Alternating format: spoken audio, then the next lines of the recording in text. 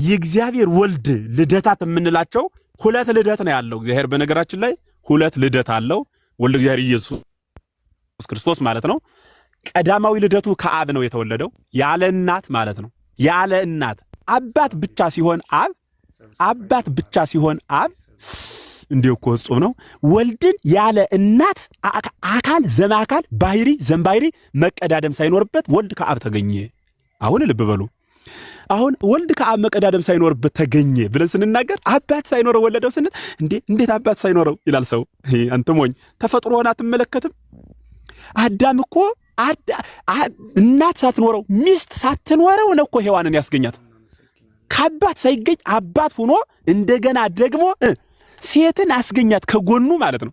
ስለዚህ የመጀመሪያው ሰው አዳም ራሱ አንደኛ እሱ እናት አባት የለውም፣ ሁለተኛ ያስገኛት ሔዋን ወንድ ሆኖ ወንዱ ሴቲቱን ያስገኛት ያለ ሴት ሳያገባ ማለት ነው። በሐዲስ ኪዳንም ድንግል ማርያም ደግሞ አንተ በሰማይ ትገረማለህ፣ በመለኮት ትገረማለህ፣ ፍጡርን ዝም ብለህ ተመልከት። ድንግል ያለ ወንድ ክርስቶስን ወለደችው። ድንግል ያለ ወንድ ክርስቶስን ወለደችው። አዳም ደግሞ ያለ ሴቲቱ ሔዋንን አስገኛት። ይሄ ምድር ላይ የተሰራ ምስጢር ነው። በምድር አምነኸው ያንተ ባህሪ በዚያ መልክ ተገኝቶ ተገርመህ እንዴት በሰማይ ባህሪ መለኮትን ትመረምራለህ? ስለዚህ ቀዳማዊ ልደቱ ከአብ ያለ እናት ተወለደ ማለት ነው። እግዚአብሔር ሁለት ልደታት ያለው ሲሆን እነሱም ከዘመናት በፊት አንዱ ከአብ ያለ እናት መወለዱ ነው። ልበ አምላክ ዳዊት በመዝሙር 109 ላይ አስቀድሞ እግዚአብሔር ወልድን እንደወለደው በምስጢር ይናገራል ማለት ነው። አስቀድሞ እንደወለደው ይናገራል። ስለዚህ በዚያ ተገኘ። ይሄ ዳህራዊ ልደቱ የሚባለው ከቅድስት ድንግል ማርያም በብዙ መጽሐፍ የተጻፈው ማለት ነው። በኋለኛው ዘመን ከመቤታችን ከቅድስት ድንግል ማርያም ያለ አባት በድንግልና የተወለደው ሁለተኛ ልደት ነው ማለት ነው። ይሄ በኢሳይያስ ተጽፎ እናገኘዋለን። ኢሳይያስ 7 ላይ፣ ማቴዎስ 1 ቁጥር 22 ላይ እናገኘዋለን። ማቴዎስ ወንጌል ምዕራፍ 3 ቁጥር 15 ላይ እናገኘዋለን። ማቴዎስ 17 ቁጥር 15 ላይ ደግሞ 1 እስከ 5 ደግሞ በስፋት እናገኘዋለን ማለት ነው። በዚህ መልክ ተጽፎ እናገኛለን። አሁን ልብ ብላችሁ አዳምጡ። ይህ የነገረ ሥጋዌ ምስጢር እንዲህ ከሆነ የአምላክ ሰው መወለድ የሚባለው አምላክ በተዋህዶ የተገለጠው የትና መቼ ነው የሚል ነው የሁሉም ሰው ጥያቄ ሊሆን የሚገባው። የትና መቼ፣ ከዚያ ለምን ወደሚለው ጥያቄ እንሄዳለን። ምናልባት ሰዓት ካገኘን እግዚአብሔር ከረዳን ማለት ነው። ለአዳም የገባለት የቃል ኪዳን ዘመን ሲፈጸም፣ የቃል ኪዳን ዘመን ቅድም የነገርኳችሁ በቤተልሔም ተወልዷል። በቤተልሔም ለመወለዱ ሐዋርያው ቅዱስ ጳውሎስ በገላትያ መልእክቱ ምዕራፍ 4 ቁጥር 4 ላይ ነግሮናል። በብሉይ ኪዳን በሲራክ በነቢዩ ምዕራፍ 24 ቁጥር 11 ላይ ዘፍጥረት 3 11 ተገልጿል። በሚክያስም 5 ቁጥር 2 ላይ ተገልጿል ማለት ነው። ጌታ በቤተልሔም መወለዱ በሌላ ቦታ አለመወለዱ ስለምንድን ነው ቢሉ በነቢያት የተነገረው ትንቢት ይፈጸም ዘንድ ነው። አንድም ጥርጥር ከሰዎች ልቦና ለማራቅ ጌታ በሌላ ቦታ ተወልዶ ቢሆን ሰዎች የጌታን መወለድ በተጠራጠሩ ነበርና በቤተልሔም ተወለደ ነው። ለምን ነው በቤተልሔም? በአውሮፓ በሌላ ቦታ ቢወለድ ሰው እንዴት ይጠራጠራል? ሀገር ቤተልሔም ላይ ስለተወለደስ ምኑ ይታመናል ቢሉ በሚክያስ 5 ላይ የተነገረው ትንቢት ይፈጸም ዘንድ ነው። በሚክያስ የተነገረው ትንቢት ይፈጸም ዘንድ ምን ብሎ ተናግሮ ነበረ? በዚች በቤተልሔም መሲሁ እንደሚወለድ ነፃነትን የሚሰጥ እንደሚወለድና ይቲታቢ ያች ቦታ ከሁሉ የምትበልጥ ጌታ የሚወለድባት ምስጢራዊ ሀገር መሆኗን አስቀድሞ ነቢያት በትንቢታቸው የተናገሩባት ስለሆነች ማለት ነው። ወልድ ለምን የመላእክትን አካል አልነሳም? ስለምን የሰውን አካል ነሳ ብለን ብንጠይቅ የበደለ ሰው ስለሆነ ነው መልሱ። መበደልማ አስቀድሞ አቡሃለ ሐሰት የተባለ ዲያብሎስ ወሶበ ይነብብ ሐሰተ እምዚያሁ ይነብብ ክፋትን ሲናገር ከራሱ ይናገራል የተባለ ዲያብሎስ እርሱ ክዶ የለም ወይ? ከመላእክት ወገንስ ክዶ የለም ወይ? ለምን? እግዚአብሔር የሚያድን አምላክ መሐሪ ርኅሩህ ከሆነ በመሐሪነቱ ዲያብሎስን ለምን አልማረውም? ሰውን ብቻ ለምን ማረ? ኃጢአቱ ተመሳሳይ ነው። በነገራችን ላይ የሰውም ኃጢአት የዲያብሎስም ኃጢአት ምንም ያፊት አውራሪ ቢሆንም ሰውም አምላክነትን ነው የፈለገው፣ ዲያብሎስም አምላክነትን ነው የፈለገው። እንዲያ ከሆነ ያኛውን ማዳን ያኛውን ሁሉ መፈወስ ሲችል እግዚአብሔር ስለምንድን ነው ሰውን ብቻውን በተለየ አካሉ በተለየ ግብሩ በተለየ ከዊኑ ስግው ሆኖ ለማዳን የመጣ? ለምን የመላእክትን አካል እግዚአብሔር መልአክ መሆን ይችላል። በነገራችን ላይ መልአክ ነው ሰው መሆን ማይችል። የመልአክ ተፈጥሮ መልአክ መሆን ብቻ ስለሆነ የመልአክ ተፈጥሮ መልአክ መሆን ስለሆነ የሰው ተፈጥሮ ሰው መሆን ብቻ ስለሆነ አንድ ወደ አንዱ መሆን አይችልም። በፈቃዱ እግዚአብሔር ግን ሰው መሆን የቻለ አምላክ መልአክ መሆን ይችላል። እንዲያ ከሆነ ለምንድን ነው እግዚአብሔር መልአክ ሆኖ ያላዳነው? ነው የሁላችሁ ጥያቄ ሊሆን የሚገባ ጥያቄ ነው። መልአክ ሆኖ ያን የወደቀውን መልአክ ያላዳነው ቢሉ የሚጸጸት ህሊና የለውም። የመልአክ ተፈጥሮ አንዲት ናት። አቲ ህሊና ሆሙ ለመላእክት ይላቸዋል። የመላእክት ህሊናቸው አንዲት ናት። ካመኑም አይክዱም፣ ከካዱ ማያምኑም፣ ጸጸትም የለባቸውም። ዲያብሎስ እግዚአብሔርን የሚያህል ጌታ እንደገና ደግሞ የመላእክትን ከተማ የምታክል ቦታ ካጣ 7000 ዘመኑ ነው። በዚህ 7500 ዘመኑ አንድም ቀን እግዚአብሔርን አጣሁት ብሎ ተጸጽቶ አያውቅ፣ አይጸጸትም። አንዲት ናት ህሊናው። ዲያብሎስ ተጸጸተ የሚል ክታብም የለም። ያች ክህደቱ ተመችተው ነው የሚኖር። እንዲያውም ሊቃውንቱ እንዲህ ይላሉ፣ ዲያብሎስ ባደረው ጨለማ በሳት ዛንጀር አስሮ እግዚአብሔር ሲወረውረው ዲያብሎስ ወደ ቁልቁል እየወረደ እግዚአብሔርን ወደ ላይ ሲያየው በመንበረ ኪሩቤል ተቀምጦ ሲያየው ያኔ ምን ይላል? ጎየ እግዚእም ስለ አርያሙ ይላል። አርያሙን ሸክፎ ጌታ ከኔ ሸሸ ይላል። እሱ እየሸሸ ጌታ የሸሸ መስሎት ሸሽ፣ እሱ ቁልቁል እየወረደ ጌታ ወደ ላይ የሸሸው መስሎት ከኔ እየሸሸ ነው ብሎ በትዕቢት የሚናገር ነው። ስለዚህ የንስሐ ልብ የለውም። ሰው ግን የሚወርድ የሚወጣ የሚጸጸት አእምሮ ያለው ፍጥረት ስለሆነ ወአልቦቱ ካልእ ህሊና ለአዳም ዘይን በልብካይ ላይ ለኃጢአቱ ይላል መጽሐፍ። አዳም ኃጢአቱን እያሰበ ከማልቀስ ውጪ ሌላ ህሊና አልነበረው። አንድ ቀን ለበደለው በደል 900 ዓመት ነው ያለቀሰው። ማን ነው ከተባለ አዳም። መላ ዘመኑን ያዝን ስለነበረ ንስሐ የገባ ሰው ስለሆነ፣ ስለዚህ እግዚአብሔር ሰውን ሰው ሆኖ ማዳንን ወደደ ማለት ነው። ሰውን ሰው ሆኖ ማዳንን ወደደ። ለምን? የተጸጸተ ልብ ያለው የሰው ልጅ ስለሆነ ማለት ነው። እንዲህ ከሆነ ሰው የተጸጸተ መሆኑን የሚገልጽልን የመጽሐፍ ቅዱስ ክፍል ዕብራውያን ምዕራፍ 2 ቁጥር 16 ላይ ስትመለከቱ ሰው መጸጸቱንና ይቅር ባይ አምላክ ደግሞ ይቅር ብሎ በይቅርታ መገለጹን መጽሐፍ ይነግረናል። እንዲህ ከሆነ አምላክ አዳም ንስሐ በገባ ጊዜ ለምን ዕለቱን አላዳነውም? አዳም ያን ያህል ዘመን ሲጸጸት ሲያለቅስ እግዚአብሔር ለምን ዝም አለው ቢሉ ሰዎች አዳም በሳተ ጊዜ ራሱን ወደ ክብር ቢመልስ ኑሮ እንዲህ ይሉ ነበር ሰዎች። እግዚአብሔር ቢመልሰው ኑሮ አይ እግዚአብሔር እኮ ቶሎ ቸኩሎ አዳምን ወደ ነበረበት ክብሩ መጥቶ ሰው ሆኖ አዳነው እንጂ ዝም ቢለው ጊዜ ቢሰጠው ኑሮ ራሱ አዳም መመለስ በቻለ ነበር እንዳይሉ፣ ሰው በራሱ አቅም በራሱ ፍላጎት በትንቢተ ነቢያት በመስዋዕተ ነቢያት በካህናተ ኦሪት የማይመለስ መሆኑን ነባሂነ ከመዘኢ ነባሂነ ኮነ ጮኸነ ግን እንዳልጮኸነ ሆነ ብለው ነቢያት አቅማቸውን ሁሉ አሟጠው ወደ እግዚአብሔር አመልክተው እግዚአብሔር የሰጣቸው መልስ ደግሞ እኔ ከልጅ ልጅ ተወልጄ ያልኋትን ያችን ቃል ጠብቁ ሚል ለነቢያት የተነገረ ፈኑ ዲከም ስለ አርያም እያሉ ጮኸው በራሳቸው ጩኸት እንኳን አዳምን ሊያወጡት ራሳቸውን እንኳን ከሲኦል ያልታደጉ መሆናቸውን እንዲያውቁ እንዲረዱ ማለት ነው። እንዲረዱ ለማድረግ 5500 ዘመን ታገሰ። ለምን 5500 ዘመን ቆየ ለሚለው ጥያቄያችሁ ነው ይሄ መልስ። ለዚህ ጥያቄያችሁ ወይም ለሚለው ጥያቄያችሁ መልሱ ምንድነው? ቢተወው ኑሮ አዳም በራሱ ይመለስ ነበር እንዳይል ፍጥረት በፍጡር መመለስ አለመቻሉን ለመግለጽ ነው። ሌላው ደግሞ ከአዳም በኋላ የሚነሱ ሰዎች አምላክ ያዳነው አዳምን ብቻ ነው፣ እኛ ግን በትሩፋታችን በስራችን በበጎ ጉዟችን በዚያ ጸደቅን እንዳይሉ በዚህ ምክንያት እግዚአብሔር ምን አደረገ ማለት ነው?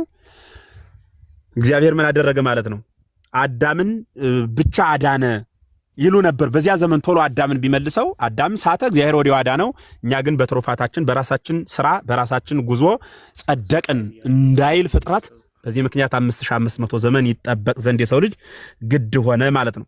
የሰው ልጆች ፈጽመው በራሳቸው ጽድቅ ብቻ እንደማይድኑ አምነው አምላክ የሰው ልጆችን ሁሉ በቸርነት ማዳኑን ያምኑ ይረዱ ዘንድ እግዚአብሔር ያሃንኑ አደረገ ማለት ነው። ልብ በሉ። ከፕሮቴስታንት ጋር የምንለያይበትን አንድ ትልቅ መሰረታዊ ትምህርት ልንገራችሁ። እየነገርናቸው ያልገባቸው ዕለት ዕለት እየጮህን ያልተረዱን ነገር ልንገራችሁ። በስራ ይጸደቃል ሲባል እኛ በስራችን እንጸድቃለን ብለን አናምንም። እና ስራ የምትሉት እናንተ በምትሉት ስራ አይደለም እኛ የምንጸድቀው። እና በምንድነው ካላችሁኝ እኛ በምንለው ስራ ነው የምንጸድቀው። እናንተ የምትሉት ስራ ሌላ ነው፣ እኛ የምንለው ስራ ሌላ ነው። እናንተ ስራ የምትሉት ጌታ በቀራንዮ ከሰራው ላይ የምንጨምርበት አስመስላችሁ ነፃነትን ካወጀልን በኋላ የቀራንዮ በግ ኢየሱስ ክርስቶስ ክብርን ካጎናጸፈን በኋላ ከዚያ ታሪክ ከዚያ ጉዞ በኋላ በእኛ አቅም በእኛ ስራ በእኛ ጉዞ የእርሱን ከንቱ አድርገን መንግሥተ ሰማያት እንገባለን የሚል ዓላማ የለንም፣ ኑሮንም አያውቅም። እና ስራ የምትሉት ምኑን ነው ካላችሁኝ ያን ክርስቶስ የሰራውን ስራ መቀበልና በዚያ በከፈለልን ዋጋ በሰጠን ነፃነት ጸንቶ መኖር ነው ስራ የሚባለው። ለምሳሌ ክርስቶስ ኢትዘሙ ብሏል። አትዘሙቱ ብሎ ማስተማር ከዘሞት ሞት የሞትን ትሞታለህ ለምን አትዘሙት ብሎ ጌታ ተናግሯል። ከዚያስ ተናግሮ ደግሞ የተወው አይደለም። እመታፈቅሩን ይቀቡ ትእዛዝየ ብሎ ደግሞ የምትወዱኝ ከሆነ ትእዛዜን ጠብቁ ብሏል። ስለዚህ የምትወዱኝ ከሆነ ትእዛዜን ጠብቁ ካለ ጌታ የምትወዱኝ ከሆነ ትእዛዜን ጠብቁ ካለ ጌታ የምንወደው አምላክ ትእዛዙ የሚጠበቅለት ስለሆነ ትእዛዝ እግዚአብሔርን እንጠብቃለን ማለት ነው። ስለዚህ አትዘሙቱ ማለት አትስረቁ ማለት ከዚያስ ደግሞ እንደገና ጌታ መድኃኔ ዓለም ክርስቶስ ሐዋርያት ይበላሉ ዮሐንስ ደቀ መዛሙርት ደግሞ ይጾማሉ ብለው ጥያቄ ጠይቀውት ነበር። ዛሬ ሙሽራው ክርስቶስ ከነርሱ ጋር አለ፣ የሚለይበት ቀን ሲመጣ ያኔ ይጾማሉ ብሎ የተናገረ ጌታ ነው። ልብ በሉ፣ ጌታ እንዲህ ብሎ ከተናገረ ሐዋርያት ጌታ ሲለያቸው ጾሙ ይላል መጽሐፍ። ስለዚህ እኛ የምንጾመው ጌታ ጾሞ ስለሰጠን ነው። ለምን ትሰቃያለህ ካልኸኝ ስጋ ፈረስ ማለት ነው። ካለጎምኸው ገደል ይከተሃል። ፍሬኑ የተበጠሰ መኪና ማለት ነው። ስጋን ትለጉመዋለህ። የስጋ ብቸኛው መለጎሚያው ደግሞ ጾም፣ ጸሎት ነው፣ ስግደት ነው። ዝም ብለህ እንደ እንስሳ ካበላኸው ወስዶ ያጋጭሃል። ወይ ከዝሙት ወይ ከስርቆት ወይ ደግሞ ከእንቢተኝነት ጋር ያጋጫል። ስለዚህ እንለጉመዋለን። ከክርስቶስ ጋር እንዳያጣላን ከዓለም ጋር እንዳያሰልፈን ስጋን የምንለጉምበት ክርስቶስ ጋር ጸንተን እንድንኖር የምናደርገው አንዱ ጎዳና ያ ነው። እናት የሚረብሽ ልጇን ከእርሷ ጋር የምትይዝበት ጎዳና አንዱ በቅፏ መታቀፍ ነው፣ ከቅፏ እንዳያመልጥ። በክርስቶስ እቅፍ የምንኖርበት መኖሪያችን ስጋን መለጎም ነው። ስጋ ደግሞ የሚለጎመው የሚደክመው በጾም በጸሎት በስግደት ነው። ይሄን ያዘዘ ክርስቶስ ነው። ቀራንዮ ላይ እየጨመርንበት አይደለም። ቀራንዮ ላይ ሳንወጣ ለመኖር ነው። ገብቷችኋል? እምንጾመው እምንሰግደው ከቀራንዮ እንዳያስወጣን ነው። ጾሙ፣ ስግደቱ፣ ምጽዋቱ ከቀረ ከቀራንዮ እንወጣለን። ከቀራንዮ ከወጣን የዓለም ጭፈራ ዳንኪራ ውስጥ ደን እንገባለን። ስጋ ሲጠግብ ወደዚያ ነው የሚያድገው። እንዲህ እንዳይሆን ከቀራንዮ እንዳንወጣ ወደዚህ ዓለም ጭፈራ ዳንኪራ እንዳይገባ በዚያ እንለጉመዋለን ማለት ነው። ይሄንን በሥራችሁ ልትጸድቁ የምትሉን ሰዎች እጅጉን የዋሆች ናችሁ።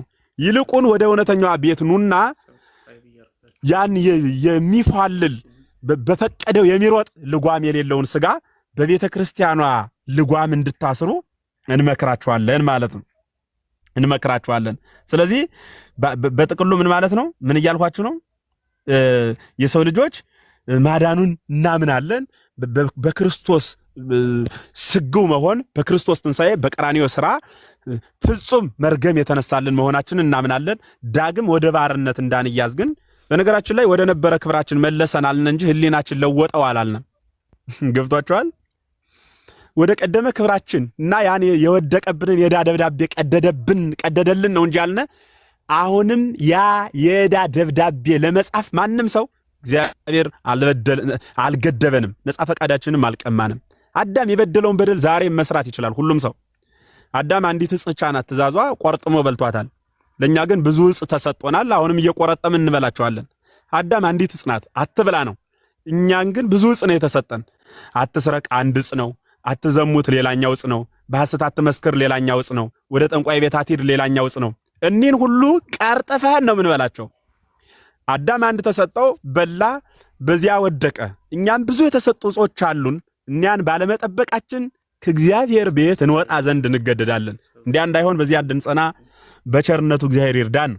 እንዲያ ከሆነ አምላክ እንግዲያ ለምን ሰው ሆነ? እሺ ይሁን፣ በማዕከላዊ ዘመን ሆነ ከሆነ ለምን አምላክ ሰው ሆነ ከተባለ ለአዳም የገባለትን ቃል ኪዳን ይፈጽም ዘንድ አንድ ገላትያ ምዕራፍ 4 ቅድም የነገርኳችሁ ማለት ነው። ሁለተኛው ከኃጢአት ለማንጻት ከቁስሉ ለመፈወስ ማንን? የሰውን ልጅ አንደኛ ጴጥሮስ ምዕራፍ 2 ቁጥር 24 እንደተጻፈ የሰው ልጅ ከኃጢአቱ ይፈውሰው ያነጻው ዘንድ ማለት ነው። ሶስተኛ ከጽኑ አገዛዝ ነፃ ለማውጣት። ጽኑ አገዛዝ ማለት በርደተ መቃብር ርደተ ሲኦል ተፈርዶበት የነበረ የሰው ልጅ በዲያብሎስ ስልጣን ነፍሱ ከስጋው እየተለየች ስጋው በመቃብር ነፍሱ በሲኦል ሲዘጋ የነበረውን የሰው ልጅ ነፃነቱን ለማወጅ ማለት ከጽኑ አገዛዝ ለማዳን ማለት ነው። አራተኛ ከኛ በላይ ሌላ የለም ይሉ ለነበሩት ከሁሉ በላይ የሆነ የሁሉ አምላክ መኖሩን ይገልጥ ዘንድ ማለት ነው። አምላክ አካላዊ አይደለም ይሉ ለነበሩ አምላካዊነቱን ወልድ የተባለ እርሱ ማለት ነው አካሉን ይገልጥ ዘንድ ማለት ነው። አካሉን በምን በአካለ ሰብ ወይም ደግሞ አካላዊ አይደለም ምናባዊ ነው ይሉ ለነበሩ ሰዎች አምላክ ከአብርሃም በፊት ነበርሁ እያለ ነበርሁ ሚል እኔ ባይ አካል ነው ነበርሁ እያለ ነገር ግን ከአብርሃም በፊት ነበርሁ እያለ ከአብርሃም በተወለደው ስጋ እንዴት አድርጌ ልንገራችሁ? ከአብርሃም በፊት ነበርሁ እያለ ከአብርሃም በተወለደው ስጋ በቅድስት ድንግል በኩል የተገለጸው እርሱ ምናባዊ ነው ለሚሉ አካላዊ መሆኑን ለመግለጽ አምላክ ሰው ሆነ ማለት ነው። አምላክ ሰው ሆነ። ሌላኛው አምስተኛው ማለት ነው ወልድ በተዋህዶ ሰው በመሆን ተገለጠ የምንለው ምድር ለመልካም ግብር ተፈጥራ ግብሯን ሰው ስላቆሸሻት ጠርጎ በአምላካዊነት ስልጣኑ ያጠፋ ዘንድ አምላክ ሰው ሆነ ማለት ነው።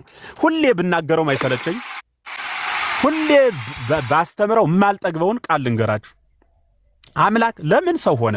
ዝም ብሎ ባለበት ሆኖ አያድንም? የሰዎች ጥያቄ ነው። በየትኛውም አይነት ቤት ሁሌም ጥያቄ ሆኖ ቢመጣ ደስ የሚለኝ እኔም ለመመለስ የማልጠግበው አምላክ ለምን ሰው ሆነ ለሚል ሰው ሁሉ መልስ የሆነ መልስ ልንገራችሁ። አምላክ ሰው የሆነበት ሌላውና ታላቁ ምስጢር ፈርዶ ነበረ ነው። ባጭሩ እችን ዕፅ እንዳትበላ ብትበላ ትሞታለህ ብሎ ፈርዶ ነበረ። ማን ነው የፈረደው? አምላክ። ስለዚህ አምላክ ፈራጅ ነው። ቃሉን ከተናገረ አያጥፍም። ቃሉን እንዳያጸነው መሐሪ ነው። ደግሞ ምህረቱ አምላክነቱ ባህሪው ምህረቱ ያራረዋል። እንዳይፈርድበት መሐሪነቱ ያራረዋል። እንዳይመረው ፈራጅነቱ ያገብረዋል። ስለዚህ እግዚአብሔር ሰው የሆነ ዳግም አዳም ራሱን አደረገና በአዳም ትክ ራሱን አቆመ በቀራንዮ በአዳም ቁመት በአዳም ዕድሜ በአዳም መልክ በአዳም ባህሪ ከአዳም ባህሪ ተገኝቶ በአዳም ባህሪ ከአዳም ባህሪ በአዳም መልክ በአዳም ቁመት ተገኝቶ አምላክ ማለት ነው ተገኝቶ በቀራንዮ ለአዳም የተተኮሰውን ጥይት አዳምን በኋላው አቆሞ ክርስቶስ በፊት ተቀበለው። ማን ነው የተቀበለው? ክርስቶስ። ማን በፈረደው ፍርድ? ራሱ ክርስቶስ በፈረደው ፍርድ ዳኛው ክርስቶስ በፈረደው ፍርድ የአዳምን ጥይት ተቀበለለት። ወተወክፈ ሕማመን ዚአነ ከመ ያድኅነነ ዳግም ሞት ዳግመኛ ከሚመጣ አብይ ሞት ያድነን ዘንድ የኛን ሞት ተቀበለልን ይላል ቅዱስ አትናቴዎስ። ቅዱስ ሄሬኔዎስም አስቀድሞ ተናግሮታል። ስለዚህ ምን ማለት ነው?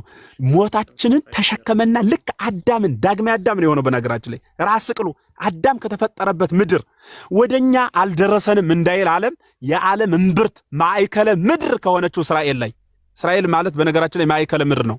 አንዳንድ ሰዎች የሞኝ ጥያቄ እግዚአብሔር እኮ እስራኤል እንደ ኢየሱስ ክርስቶስ እኮ እስራኤል ነው የተወለደው፣ እስራኤልን ነው የሚወዳቸው እንደ እስራኤል እነሱ እኮ መጽሐፍ ቅዱስ እኮ የተጻፈ ለእስራኤል ነው ምናምን ይላል ሰው። አይደለም ወንድም ዓለም። ቻይና ያልተወለደው ቻይና ማዕከለ ምድር ስላልሆነ ነው።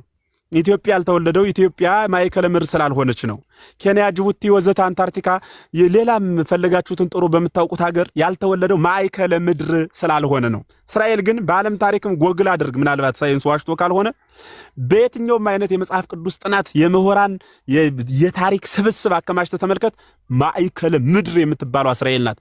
ልክ ማዕከለ ምድር ማለት ምን ማለት ነው ካላችሁኝ፣ የምድር መካከለኛው ይሄ ምሰሶ መሃል ላይ ነው አይደለም የሚቆም ክርስቶስ ምሰሶ ሆኖ መሃል ላይ ነው የቆመው። እስራኤል ማዕከለ ምድር ሰርጎ ምድር ናት። ወአነ አወርሰከ እንተ ትውህዝ ሐሊበ ወመዓረ ታውህዝ ይላሉ ሊቃውንቱ። ሐሊብና መዓር የሚንጸፈጸፍባት አንድም ራሷ ሐሊብና ምድር ሆና መዓር ሆና የምትንጸፈጸፍ ሰርጎ ምድር ማለት ነው። እርሷን አወርሳለሁ ሲለው የነበረ ከርሱ ከደጋጎቹ ባህሪ ከደጋጎቹ ሐሳብ ካላቸው ከነርሱ በማዕከለ ምድር ኢየሱስ ክርስቶስ ተወለደ ማለት ነው። በዚያ የተወለደበት አብይ ምስጢር ለዚያ ነው። እኛን ስላራቀ እነሱን ስለሚያቀርባቸው አይደለም። ከዚያ የተወለደው የምድር መካከል ስለሆነ ነው። ልክ የገጠር ሰዎች ካላችሁ ታግዙኛላችሁ፣ ይገባችኋል ብዬ ማስባለሁ። በገጠር ሳር ቤት ሲሰራ ቤተ 8 ቤተ 10 የሚባል አለ እና መሐከል ላይ ምሰሶ ይቆምና ከምሰሶው በአራቱ አቅጣጫ ገመድ ይወጠራል። ገመድ ይወጥሩና ከዚያ ዳሩ ላይ እንጨት ይተከላል። አሁንም በዚህኛው ይወጥራሉ፣ እንጨት ይተከላል፣ በቀኝ ይወጠራል። በአራቱ ማዕዘን እንደዚያ ይደረጋል። ያ ምሰሶ ማዕከል ነው። ይህ ምሰሶ ለማንም አይቀርብም። ለማን ነው የሚቀርበው ካላችሁኝ፣ ለሁሉም፣ ለምስራቁም፣ ለምዕራቡም፣ ለሰሜኑም፣ ለደቡብም እኩል ነው። ምኑ ምሰሶው። ልክ እንደዚህ ሁሉ ክርስቶስ ከናጌብ እስከ ናጌብ፣ ከአድማስ እስከ አድማስ፣ ከጽንፍ እስከ ጽንፍ፣ ከምስራቅ እስከ ምዕራብ፣ ከምዕራብ እስከ ሰሜን በሁሉም ዳርቻ ስትለኩት ከኢየሩሳሌም ተነስታችሁ ወይም ሰርጎ ምድር ከምትባለዋ ከእስራኤል ተነስታችሁ የምድር እምብርት ከሆነችው ስትለኩ እኩል ይሆናል። አዳምንም የፈጠረው ከዚያች ምድር ነው፣ ማእከለ ምድር ማለት ነው። ወገብረ ሰላም እግዚእነ ኢየሱስ ክርስቶስ በማእከለ ምድር፣ ሰላምን መድኃኒታችን ኢየሱስ ክርስቶስ በምድር መካከል አደረገ ይላል ቅዱስ ቄርሎስ በሃይማኖተ አበው ምዕራፍ 76 ላይ። ስለዚህ በመካከለኛዋ ምድር ሰላምን ለሁላችን ያደረገልን። ወሀበነ ሰላመ አለ፣ ሰላምን ለሁላችን ሰጠን አለ። ወገብረ ሰላመ በማእከለ ምድር፣ በምድር መካከል ሰላምን አደረገ አቆመ አለ። ለምሰሶ የሚርቅ እንጨት የለም፣ ለእስራኤል የሚርቅ ሀገር የለም፣ ለክርስቶስ የሚሰወር ፍጥረት የለም። ስለዚህ በዚያ መካከል ሰላምን፣ በዚያ መካከል ህልውናን ሰጠን ማለት ነው። ስለዚህ በእስራኤል የተወለደበት ምስጢር እሱ ነው ማለት ነው። የሁል ጊዜ ጥያቄ ያለበት ሰው ዛሬ መልሱ እሱ ሆነ። ባጭሩ እሱ እንድንይዝ እፈልጋለሁ። ስለዚህ መድኃኔ ዓለም ክርስቶስ እንዲያተወለደ ማለት ነው። እንዲያተወለደ በዚያ የተወለደበት ድህነቱን በዚያ ያደረገበት ምክንያት በዓለም ማለት ነው ከፍ ብሎ ራሱ በመስቀል የተሰቀለበት ራሱን የቻለ ምስጢር አለው። በ9 ክንድ መስቀል የተሰቀለበት ራሱን የቻለ ምስጢር አለው። ከፍ ያለ ሁሉ እንደሚያየው ሁሉ በከፍታ ስለኛ በደላችንን ሁሉ ተሸክሞ አስወገደልን። ከፍ ያለ ሲጮህ እንደሚሰማ ሁሉ ክርስቶስም ኤሎሄ ኤሎሄ ኤልማስ ላማ ሰባቅታኒ እያለ ተፈጸመ ሁሉ እያለ አባ አማሐጽን ነፍሴ ውስተ እዴከ እያለ በቀራንዮ አደባባይ 7ቱ አጽርሐ መስቀል የመስቀል ጩኸቶች የሚባሉትን በፈቃዱ ፈጸመልን፣ ነፃነትን አወጀልን ማለት ነው። ስለዚህ አምላክ ለምን ሰው ሆነ ከተባለ የአዳምን ፍርድ ለራሱ ተቀብሎ በመሐሪነቱ ደግሞ አዳምን ምሮ ለማሳየት እንደ መሐሪነቱ አዳምን የማረ እንደ ፈራጅነቱ በራሱ የፈረደ ብቸኛው ዳኛ እርሱ ነው። ምናልባት ዳኛ የቱንም ያህል ርኅሩህ ቢሆን ይቅር ብያለሁ ሊል ይችላል። ክሱን ሊያቀልልን ይችላል።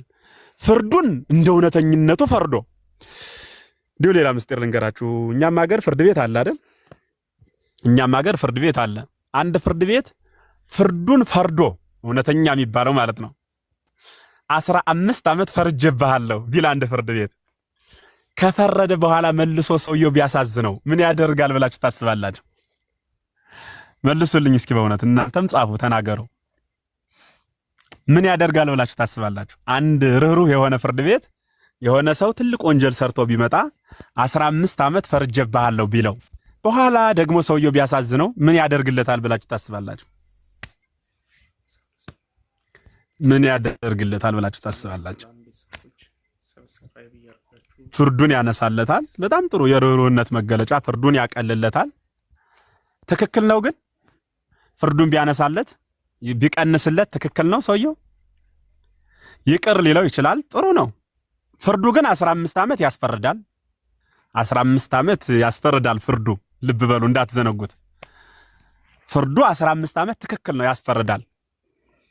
15 ዓመት የሚያስፈርደውን ፍርድ ግን ፍርድ ቤቱ ቢራራለት 6 ዓመት ወይም 5 ዓመት ቢለው ትክክል ነው። ፍርድ ቤቱ ቢቀንስለት ትክክል ነው። ትክክል ነው ወይስ አይደለም ብላችሁ መልሱ። 15 ዓመት የሚያስፈርደውን ፍርድ አይ 5 አድርጌልሃለሁ ቢለው አሳዝኖት ትክክል ነው። ቢተውለት ወይም በቃ ትክክል ነው ወይ ነው?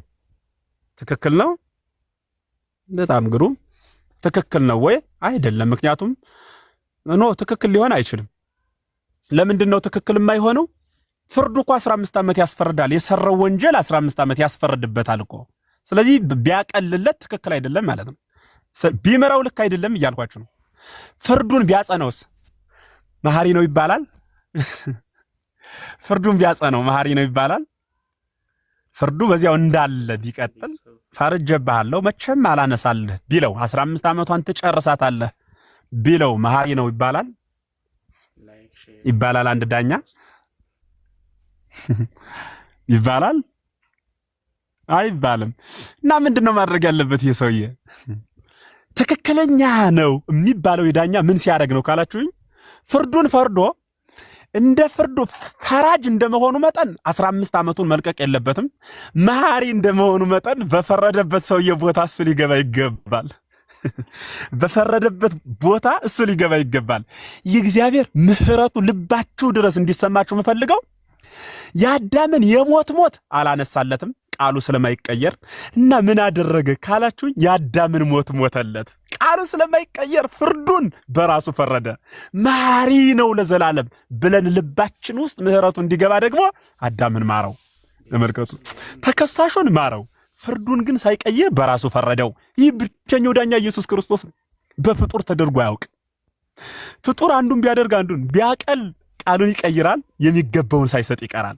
ደግሞ አጽንቶ ቢፈርድ ደግሞ መሐሪነቱ፣ ርኅሩህነቱ፣ አስተዋይነቱ ይቀራል። እርሱ ግን እንደ መሐሪነቱ የማረን እንደ ፈራጅነቱ ፍርዱን በራሱ የተቀበለ ፍርዱን በራሱ ለመቀበል ነው ሰው የሆነ እኮ ዘመድ። ቤዛ ቤዛ የሚለውን እኮ ምስጢሩን አታውቁትም፣ ጁሌ ትጠሩታላችሁ እኮ። ቤዛ ለመሆን እኮ ነው ሰው የሆነ። አምላክ እንደሆነማ ማን ሊሰቅለው ይችላል? እንኳን ልንሰቅለው አናየውም፣ እንኳን ልንደበድበው፣ እንኳን አብረነው ልንበላ ልንጠጣ እንኳን ይቅርና ይዘን ልንሰቅለው ይቅርና ልናየው አልባው ዘሪው ግሙራ ነው። ሰው የሚባል ፈጽሞ አላየውም፣ ሊያየውም አይችልም። እንዴ እና እንዲህ ከሆነ ምን እያልኸን ነው? ለምን ሰው ሆነ ካላችሁኝ፣ ቤዛ ለመሆን የአዳምን ፍርድ ለመቀበል በአዳም ቦታ ተገኘ። ያ ፍርድ ቤት ልክ የሚሆነው መቼ ነው ካላችሁኝ፣ በፈረደው ፍርድ 15 ዓመት ፈርጀብሃለሁ ያለው እስር ቤት እንዲኖር ነው። እዚያች እስር ቤት ሲገኝ ብቻ ነው። ያንን ፍርድ ቤት ግን እስር ቤት ብታገኙት አይገርማችሁ? ምንድነው ሙያ ፍርድ ቤት እና መሆነ መጣ አንድ ደንበኛ የፈርጀበት ለሱ ታስሬለት። እንዴ ምን አሳሰረ? ፈራጁ አንተ ከሆን ዝም ብለህ ቅድም አተውለትም ምን አይደለ? አተውለትም ነበር። ፈርዳህ ደግሞ ትቸዋለሁ አትልም ወይ? ይህ ለሰው ይቻላል። ይፈርዳል መልሶ ይቀይራል ሐሳቡ ስለሚለዋወጥ። እግዚአብሔር ግን ፍርዱ አይታጠፍም። ስለማይታጠፍ ለዚያ ነው አንዳንድ ሰዎች አሁን ምን መጥቶባቸው ይሆናል በህሊናችሁ ሳስብ፣ እግዚአብሔር ቃሉ ማይቀየር ከሆነ ነነዌ ትጠፋለች አለ። በኋላ ግን እንዴት መልሶ ተዋት? የተቀየረ እኮ እግዚአብሔር አይደለም ነነዌ ናቸው። የነነዌ ሰዎች እኮ ናቸው የተቀየሩ። ሲያብዱ ላጠፋችሁ ነው አላቸው። እብደታቸውን አቋረጡ፣ ተዋቸው ማለት ነው። እብደታቸውን አቋርጠው ሳለ ሁሉ ማጠፋችሁ ነው ካለ እግዚአብሔር ተቀየረ ይባላል። ነነዌ ሳይሆኑ ለምን ከተባለ በመደበኛ ጠባያቸው እየኖሩ ለምን ያጠፋቸዋል? ቅድም እኮ ያስጠፋቸው መደበኛ የሰውን ተፈጥሮ ስለለቀቁ ነው። አሁን ወደ ሰው ተፈጥሮ ሲመለሱ ተዋቸው። እግዚአብሔር የተጣላ ከአካላቸው ከባህሪያቸው ጋር ሳይሆን ከባህሪ ግብራቸው ጋር ነው። ስለዚህ ግብራቸውን ከለቀቁ እግዚአብሔር አካላቸውን አላጠፋም፣ ባህሪያቸውንም አላጠፋም። ያንን የባህሪ ግብር የሰውነት ስራን ግን ኃጢአቱን እርሱን ለቀቁ። ሲለቁ ተዋቸው ማለት ነው። ለምሳሌ አንድን ሰው ይውጋህ ብላችሁት ከሰደባችሁት በኋላ ለስድቡ ይቅርታ ጠይቃችሁት የሚያኮርፍ ከሆነ ያስቀየመው ስድቡ ሳይሆን ዝም ብሎ አካላችሁ አስቀይሞታል ማለት። አልወደዳችሁም መልካችሁን ዝም ብሎ ማለት ነው። ያን በይቅርታ ካልተወው፣ ይቅርታ ስትሉት ያን ትቶ ወደ ነበረ ጸባዩ ከተመለሰ የተቀየረ ይቅር ያለን ሰውዬ ሳይሆን ይቅርታ የጠየቀው አካል ነው። ትናንት ተሳዳቢ ነበር፣ ዛሬ ይቅርታ ሰው ሆኗል ማለት ነው። ልክ እንደዚህ ሁሉ የተቀየሩ የነነዌ ሰዎች እንጂ እግዚአብሔር አይደለም ማለት ነው። እግዚአብሔር አይደለም። ቃሉ ጋር ናችሁ? ቃሉ ጋር ናችሁ? ከላይ ያላችሁት አላችሁ? ሰማለሁ። አዎ ይሰማል መምህር። መልካም። ስለዚህ ባጭሩ መልካም፣ እግዚአብሔር ያክብራችሁ፣ እግዚአብሔር ያክብራችሁ። በጣም ጎበዝ ብዙ ተማሪ ያለ ማለት ነው። ስለዚህ ምን እያልኋችሁ ነው? እግዚአብሔር በአምላክነቱ ከባቴ አበሳ ካህሌ ኩሉ ስለሆነ የኛን በደል ለመሸከም ነው አምላክ ሰው የሆነ። በየትም ቦታ ስትሄዱ እንዴት አምላክ ሰው ሆነ? እናንተ እኮ ወንድ ልጅ ነው የምታመልኩት። እንዴት ሰው የሆነ እንዴ! በዓለም ደረጃ የማይሰራ ተአምርስ በላይ ተአምር በቃል የማይገለጽ እኔ ምን ብዬ አብራራላችሁ? በቃ ብሉይ ኪዳን ላይ ተንጠልጥለው የቀሩ ሰዎች እንዴት አምላክ ሰው ይሆናል ብለው የሙሴን ተአምር እያደነቁ ነው የቀሩ እስራኤላውያን። የሙሴን ተአምር ሙሴ እኮ ህብስት አውርዷል፣ ከዚያ ደግሞ ውሃ ከፍሎ አሻግሯል ምናምን እያሉ ነበር የሚያደንቁ። እና ይህንን ታላቁ ሊቅ ቅዱስ ኤራቅሊስ በሃይማኖተ አበው ምዕራፍ 49 ላይ እንዲህ ብሎ ይሞግተዋል። አንተ አይሁዳዊ መንክር ይደሉ ከመናንክር ይላል። እና ድንቅ ካልህ ድንቅ ነገር የሚደንቅ ከሆነ የትኛውን እና ድንቅ? ሰማየኑ ዘያዘንም ህብስተ ለእስራኤል ህብስት ያዘነመውን ያን ሰማይና ድንቅን ወሚመ አምላክ ዘለብሰ ስጋ ወይ ስጋ የለበሰ አምላክ እርሱን ወልድ እግዚአብሔር ኢየሱስ ክርስቶስን እና ድንቅ የትኛው ይገርምሃል ይለዋል። ባሕረኑ ዘተከፍለ ከመያንስ ወስው ውስጤቱ እስራኤል በመካከል እንዲመላለሱበት የተከፈለ የእስራኤል የኤርትራ ባሕር ይደንቅሃልን? ወሚመ ድንግል እንተወለደት ወኢማሰነ ድንግልናሃ ከተከፈለው ውሃ ወይስ ያልተከፈለው ድንግልና ድንግል እንደሆነች ልጅ ያላት ድንግል እሷ ትገርምሃለችን? አይሁዳዊው አንተ የቱንና ድንቅ እስኪ የሚደንቀውን አሳየኝ። በትረኑ ዛንቀሃ ማየ እምኮክ ከጭንጫ መካከል ውሃ ያፈለቀ የሙሴ በትር ደነቀህን? ወሚመ መስቀል ዘአንጽሐ ኩሉ ዓለመ ወይስ ባሕረ ገሃነምን የሰነጠቀ ዓለምን ያነጸ የክርስቶስ መስቀል ይደንቅሃልን? አንተ አይሁዳዊ መንክር ይደሉ ከመናንክር ይለዋል። የትኛውንና ድንቅ? ይህ የሚደንቅ ነገረ ስጋዊ እኔ በእውነት እግዚአብሔር ዓለምን ፈጠረ ግብሩ ነው አልደነቅም። እኔ ምኑ ያስደንቃል? ለአምላክ መፍጠር እኮ ስራው ነው። አናጺ ቤት ሰራ ምኑ ይገርማል? ሙያው እኮ ነው። ግንበኛ ግንባታ ሰራ ምንም ሙያው ነው፣ ግብሩ ነው። አይገርምም? አይደንቅ? ኢንጂነር ቤት ቀየሰ፣ መሐንዲስ ይሄ ምን መኪና ሄደ ተብሎ ይገርማል እንዴ? እግዚአብሔር ዓለምን ፈጠረ አይገርመኝ? ምን ይሄ በፈጠረው ፍጥረት ስጋን በመልበስ ለፍጡር ቤዛ ይሆን ዘንድ የፈረደውን ፍርድ ይሸከም ዘንድ ለቤዛነት በምድር ተገለጸ። አይገርምም? ይሄ መንክር ይደሉ ከመናንክር እኮ ነው የምልህ። የትኛውን እናድንቀው እስኪ? ወደዚህ ምስጢር ነው ማድረግ በእውነቱ እግዚአብሔር በሚያውቅ ወደዚህ ልልና ነው ከፍ ማለት በእውነት። ስለዚህ እግዚአብሔር ምን ሆነ? ሰው ሆነ ማለት ነው። ሰው ሆነ ምድርን በኃጢአት የቆሸሸቿን በደሙ ይቀድሳት ዘንድ እርሱ ሰው ሆነ ማለት ነው። ይሄ ሌላኛው ምስጢር ከዚህ ዓለም ሞት እኛን ለማዳን ማለት ነው። ለዓለም ብርሃን ለመሆን ለጨለማው ዓለም ራሱን ለማብራት የሰው ልጅ በትእዛዝ የተሰጠውን ሕግ ይፈጽም ዘንድ አልቻለም። ሰርቶ ፈጽሞ ያሳየው የለምና ነው። የሰጠውን ያልሰራ ሰርቶ ፈጽሞ ያሳየው የለምና በመሆኑም እግዚአብሔር በተዋህዶ ተገልጦ ሰርቶ አዲሲቱን ሕግ ይሰጠን ዘንድ ጌታ ሰው ሆነ ማለት ነው። አዲሲቱን ሕግ ሰርቶ ራሱ ግበሩ ብሎ ከመዝ ግበሩ እንደዚህ ስሩ ወከመዝ ንበሩ እንደዚህም ኑሩ ብሎ አሳየን ነገረን ማለት ነው። ይህ ምስጢር ተከወነ ማለት ነው። ስለዚህ እግዚአብሔር ሰውን እንዴት አዳነው? ግን በኋላ እንዴት አዳነው ወደሚለው ምስጢር እንሄዳለን። እንዴት አዳነው? ክፍል 2 ይቆየን። ያስተማረን የመከረን የገሰጸን የአባቶቻችን አምላክ ስሙ ይክበር ይመስገን። ወስብሐት ለእግዚአብሔር ወለወላዲቱ ድንግል ወለመስቀሉ ክቡር። ይቆየን። እግዚአብሔር ይስጥልን። መምህር መንበሩ አሉ? አሎ መልካም። እዚህ ቆየን አይሻልም? ሰዓት እንድንጠቀም ጥያቄ ይቀበሉና አስበ መምህራንን ያድልልን። ሊቃውንተ ቤተ ክርስቲያንን ረድኤት በረከት ያድልልን እላለሁ። እግዚአብሔር ይስጥልን፣ ቃለ ሕይወት ያሰማልን። እንግዲህ እኛም ደግሞ የተማርነ 30 60 100 ፍሬን እንድናፈራ እርሱ በቸርነቱ ይርዳን። በጣም ጥሩ ነበረ። ድካሞትን ድካመ ጻድቃን ያደርግልን። ከአበው ወንበር ረድኤት በረከት ያሳትፍልን። የኔታ መልካም አብሮ ያሰማን። እኔም እጅጉን አመሰግናለሁ። ሁላችን የሕይወት ቃል ርስት አድርገን የምንጠብቃት አንዲት ቃል ናት። ያች ቃል የምታስደስት ማለት ነው። ግልባጯ ደግሞ የምታስከፋ ቃል አላትና እግዚአብሔር አምላክ እንግዲህ የምታስደስተዋን የሕይወት ቃል ንዋቤ የምትለዋን ያሰማን። ሁላችንም መምህራኑ መጣችሁ ቁጭ ብላችሁ ስለምታስተባብሩ ስለምታደርጉት አስተዋጽኦ ሁሉ እጅጉን እናመሰግናለን፣ እናከብራችሁማለን። ስለዚህ እግዚአብሔር ያክብርልን ብያለሁ። ሌሎቻችሁንም ሰላም ብያለሁ። ነገረ ስጋዊውን በተመለከተ ሰኞ ቀን ነው ምገባው። ስለዚህ ቀጣይ ሰኞ እንገባና እግዚአብሔር ከፈቀደ የዚያውን ቀን ስለማንጨርሰው የማንጨርሰውን ደግሞ አለመጨረሱን ነገረናችሁ እንቋጨዋለን ማለት ነው። ለዛሬ ግን በተማማርነው ባነሳነው ሐሳብ ዙሪያ ጥያቄ ያላችሁ አንድ፣ ሁለተኛ የሕይወት ጉዳይ የነፍስ አባት ማግኘት ያልቻላችሁ ይሄ ነገሮች ጭልምልም ያሉባችሁ ሰዎች ይሄ አስቸኳይ ማለት ነው። ይሄ እኛ ቤተክርስቲያን ላይ መሰራት አለበት።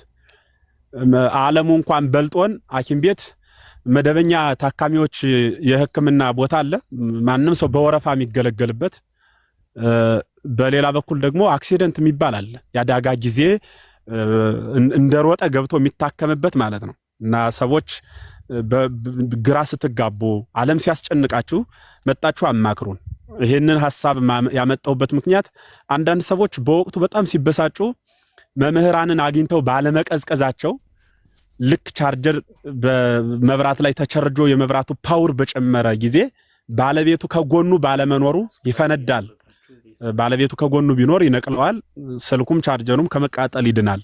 ልክ እንደዚሁ ሁሉ እኛ ባለመድረሳችን ምን የነካችሁ ባለማለታችን ልክ የመብራቱ ፓወር ሲጨምር ያኛው እንደሚነድ እንደሚቃጠል ሁሉ ነገሮች እየጨመሩ አእምሯችሁ እየደከመ ሲመጣ ምን ነካችሁ ብለን ጎናችን ሆነን ያን እንደ ቻርጀር ተሰክቶ በሙቀት ከሚያቃጥል ሰው ሰራሽም ይሁን የተፈጥሮ ጭንቀት አይምሯችሁ ላይ የገጠማችሁ እሱን ባለመቀነሳችን የብዙ ሰዎችን ህይወት አጠናል። መታነቅ የሚባለው አላስፈላጊ ውሳኔዎች፣ ሃይማኖትን መቀየር የሚባሉት እንዲህ አይነት ነገሮች ይመጣሉና የቻልነውን በውስጥ እናስተናግዳለን። ያ እየበዛ ሲሄድ ደግሞ ካልቻልን ግን በእንደዚህ አይነት ገብታችሁ ችግራችሁን እንድትገልጹ እንፈቅዳለን ማለት ነው። ገደብ አይኖረውም። ከዚያ ውጭ ባለው ግን በተቻለ አቅምና መጠን ዘላቂ ትምህርቶችን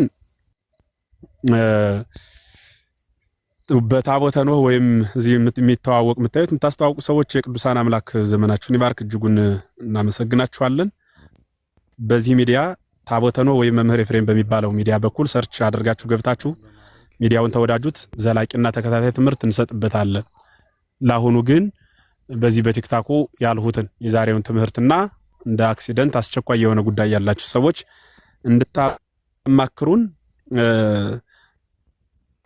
ፈቅደናል ማለት ነው። ከአውደ ውጭ ምናምን ብለን አንይዛችሁም። ምክንያቱም አንዳንዴ አውድ ዲዛይን ነው፣ እቅድ ነው፣ ፕላን ነው። ህይወት ግን ውድ ነው፣ አይገኝም። ደመ ክርስቶስ የተከፈለለት ነው። ስለዚህ ወረፋ ጠብቅ እንዲያበል አንላችሁም። በእንደዚህ አይነት ሲሆን አውዱን የለቀቀ ቢሆንም እንቀበላለን፣ ችግር ውስጥ ላላችሁት ማለት ነው። ወደ ትምህርቱ እንገባ። ሞዴሬተሮች አንድ ቁጥር የሚጽፈውን ከዚህ ጀምራችሁ አስገቡ። ጥያቄያቸውን እንዲጠይቁ እድል እንሰጣለን። ያበው አምላክ ይርዳል።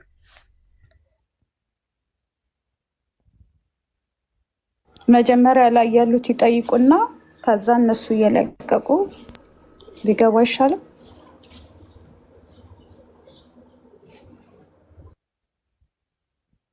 ጥሩ ነው። እንደዚህ አድርጉ። መምህር መንበሩ የሚመቸዎት ከሆነ ያዙና መድረኳን ያግዙን። እሺ፣ መልካም።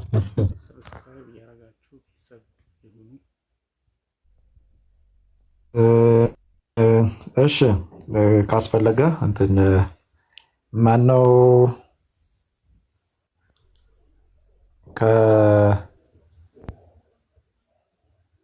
ከላይ ልጀምር መሰለኝ። የታችኛው አልነበብልኝ አለ።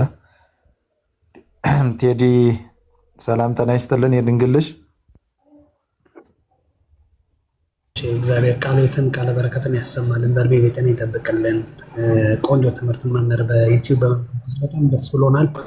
እግዚአብሔር ያክብርልን። ይህም ትምህርት በዩቲዩብ ላይ ቢለቀቅ ደግሞ ብዙ ሰዎች የተሻለ ትምህርት እንዲወስዱበት እግዚአብሔር ይርዳል። በጣም እናመሰግናለን። እግዚአብሔር ያክብርልን። ጥያቄ ካለዎት መቀጠል ይችላሉ። አሊያ ደግሞ ወደ ሌላ ልቀጥል? ሌላ ይቀጥል። እግዚአብሔር ያክብርልን። እሺ፣ ቃለ ሕይወት ያሰማልን። ጸዲ ከቴዲ ወደ ታች ያለው አልነበብልኝ ብሎ ነው። ምናልባት ፊደሎች ከዱኝ መሰለኝ። ጸዲ ከኤም የሚጀምረው ማለት ነው። ከአንቺ ላይ ያለው ሰላም፣ እንዴት ናችሁ? ደህና ናችሁ? ይመስገን። ጥያቄ ካለሽ ቀጥል። ጥያቄ አለኝ ግን ትንሽ ስራ ላይ ነኝ። 5 ደቂቃ ይቅርታ ጋር። መልካም፣ 5 ደቂቃ ብቻ። ዘላለም ነው የሚለው። ሰላም ጤና ይስጥልን። ዘላለም መምህር ናቸው ልበል? ተሳስቼ እንዳይሆን ስም ተመሳስሎብኝ ነው። የኔታ መምህር ዘላለም? አዎ፣ መምህር ናቸው። መምህር አይደለም። ሰላም እንዴት አላችሁ? መምህር ያው አመለጠን መሰለን። ምናልባት ዳውንሎድ ተደርጎ የምናገኝም ከሆነ መልካም ነው። እግዚአብሔር ይስጥልን ያሰማልን። የሚያኖር ሰላም ጤና ይስጥልን። ጥያቄ ካለዎት ይቀጥሉ፣ ሀሳብ ካለዎትም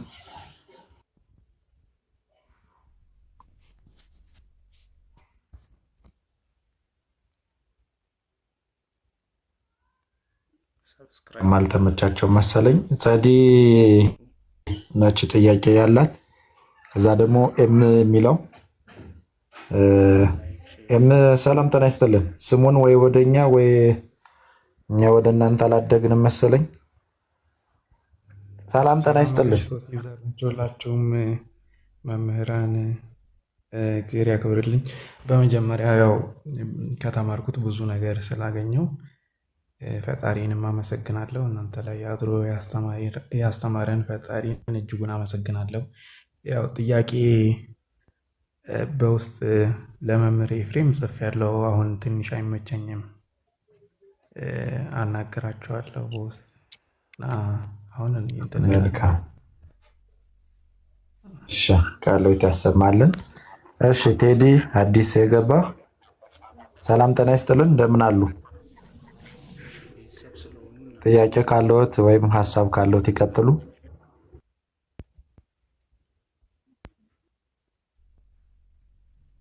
መሰለኝ። እሺ በራሪዋ ሰላም ጤና ይስጥልን። እግዚአብሔር ይመስገን። እንደምን ዋላችሁ? ግን ጥያቄ ካለሽ ቀጥይ። እኔ እንኳን ጥያቄ ስለ ባህሪ እስኪ ባህሪ ማለት ምን ማለት ነው መምህር? እስኪ ስለ ባህሪ ቢያብራሩልኝ። እሺ ጠብቂ፣ ይመለሳል። አንዳንዱን እየመለሱ ይሄዱ የኔታ ወይስ ሙሉ ጥያቄውን እንቀበልና በሀሳብ ይዘው እንዳይበዛ የምትጽፉ ከሆነ ይቀጥሉ እንዲያስ ነው። እሺ እንግዲህ አሁን እንደዚህ እናድርግ። ባህሪ ማለት ምን ማለት ነው? ባህሪ ማለት ጠባኢ ማለት ነው። ጠባኢ ማለት ምን ማለት ነው ከተባለ ባህሪ ማለት ነው። ምን እያልከን ነው ከተባለ ባህሪ የማን ነው ጥያቄው። ባህሪ የሰብ ከሆነ የሰው ባህሪው መነሻውን መናገር ነው። ሰው ከምን መጣ ከምንና ከምን ተሰራ ከተባለ ከንትን ብለን እንዘረዝራለን። ከእሳት ከውሃ ከነፋስ እያልን ማለት ነው። ይህ ባህሪ የሰብ ይባላል። የሰው ባህሪ ማለት ነው። እንዲያ ከሆነ ባህሪ የሥላሴሳ ከተባለ መልሶ አይታወቅም ነው። ምኑን ነውና የምታውቁት ካልሽኝ አካላት አንድ የሚሆኑበት ፍጥረታትን የሚፈጥሩበት የማይለይ አንድ ባህሪ ማለት የምስጢረ ሥላሴ መገለጫ መሆኑን እንናገራለን። ባህሪ የሥላሴ ግን እንዴት ነው ምንድነው ብሎ መመርመር አይቻልም። ለባህሪ የሥላሴሰ መኑም ይአምሮ ለዝንቱ የሥላሴን ባህሪስ የሚያውቀው የለም።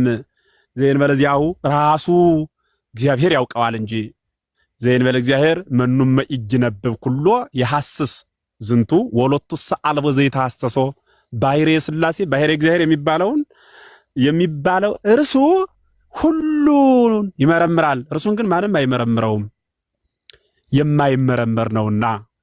ቴዎዶጦስ ዘእንቆራ የሚባል አንድ ታላቅ አባት ከሶስቱም ጉባኤ የነበረ ከጉባኤ ኤፌሶን፣ ከጉባኤ ኒቅያ፣ ከጉባኤ ቁስጥንጥንያ የነበረ ሐዋርያ እንዲህ ይላል በሃይማኖተ አበው ምዕራፍ 43 ላይ አንብቢው ግቢና ይህ ባህሪ እግዚአብሔር ፍጹም ስላለመታወቁ ማለት ነው። እግዚአብሔር ስለይታወቅነቱ ራሱን በገለጸበት መንገድ ተናግረናል። የማይታወቅ ምስጢሩ ግን ከሰው የተለየ ህቡ ነው ማለት። ስለዚህ እሱ ላይ እንዲሰመርበት ፈልጋለሁ። ባጭሩ ግልጽ ከሆነ ባህሪ የሥላሴ በፍጡር ዘንድ የማይታወቅ ነው እና ባህሪ የምትሉት ምንድነው ከተባለ ሥላሴ አንድ የሚሆኑበት ማለት ነው። የሰው ባህሪውን የነገርኩሽ የተፈጠረ ስለሆነ ነው። የሥላሴን ባህሪ ያልነገርኩሽ የፈጠረ ስለሆነ ነው። የተፈጠረው ሰው ውስጥ ነኝ እንጂ የፈጠረው ሥላሴ መካከል አይደለሁም እኔ። ስለዚህ የተፈጠረ ሰው እንደመሆኔ መጠን የተፈጠርሁበትን እናገር ዘንድ እንጂ የፈጠረ ሥላሴን ለመናገር ፍጡር መሆን ያግደኛል። መልሱ እንደዚያ ነው። ቃልዎት ያሰማልን፣ አስበመመራንን ያድልልን። በጣም አመሰግናለሁ። ቃልዎት ያሰማልኝ አባታችን። እናመሰግናለን። ደስታ ሰላም ጤና ይስጥልን።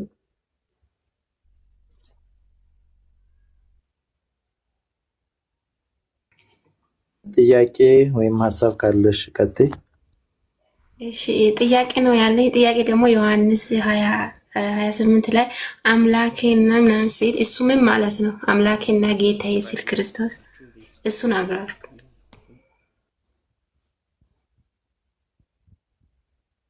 ኦርቶዶክስ ነሽ? አቤት። አዎ ኦርቶዶክስ ነኝ። ኦርቶዶክስ ነሽ? አዎ። መልካም ግሩም። እና ኢየሱስ ክርስቶስ ምን ሆነ ነው ያልሁሽ? ሰው ሆነ ነው ያልሁሽ አይደል ሳስተምር? አዎ። ኦኬ በጣም ጥሩ። ስለዚህ ሰው ሆነ ማለት ምን ማለት ነው? በተከፍሎተ ሥጋ ሥጋን በመክፈል ከድንግል ከሥጋዋ ሥጋ ከነፍሷ ነፍስ ነስቶ ሰው ሆነ አይደለ ትምህርቱ? እኔ እሱ ላይ ሳይሆን ክርስቶስ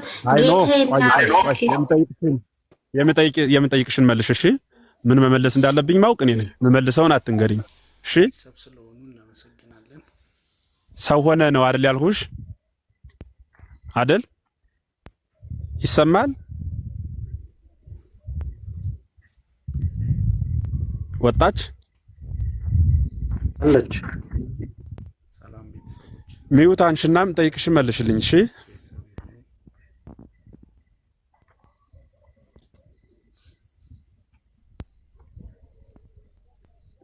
ኔትወርክ ይዟታል። ሌላ ጥያቄ ተቀበል።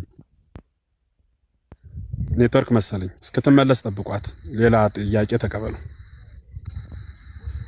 እሺ ፍራያ ምንድነው? አይታየም። ከራዲዮን ሰላም ጤና ይስጥልን።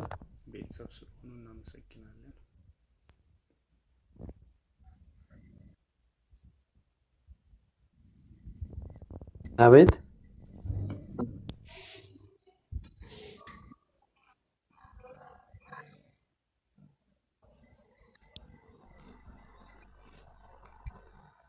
ከራዲዮ እናለሽ ወይም አሉ?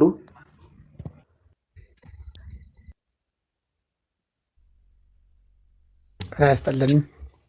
እሺ እሺ ቀጥታ ይቀጥሉ። አይ ልጅቷ እየጠየቀች ስለነበረ ላለማቋረጥ ነው እንጂ ሰምቻለሁ።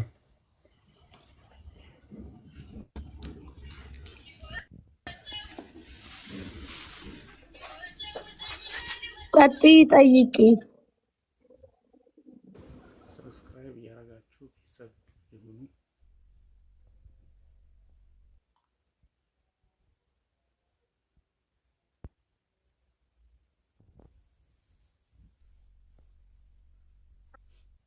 ባለበት እየሰማች ከሆነ መልስ እንስጥና ምናልባት ሳትሰማ ቀርታ በኋላ እንዳትጠይቀን ሪከርድ አድርጋችሁ አስቀምጡላት።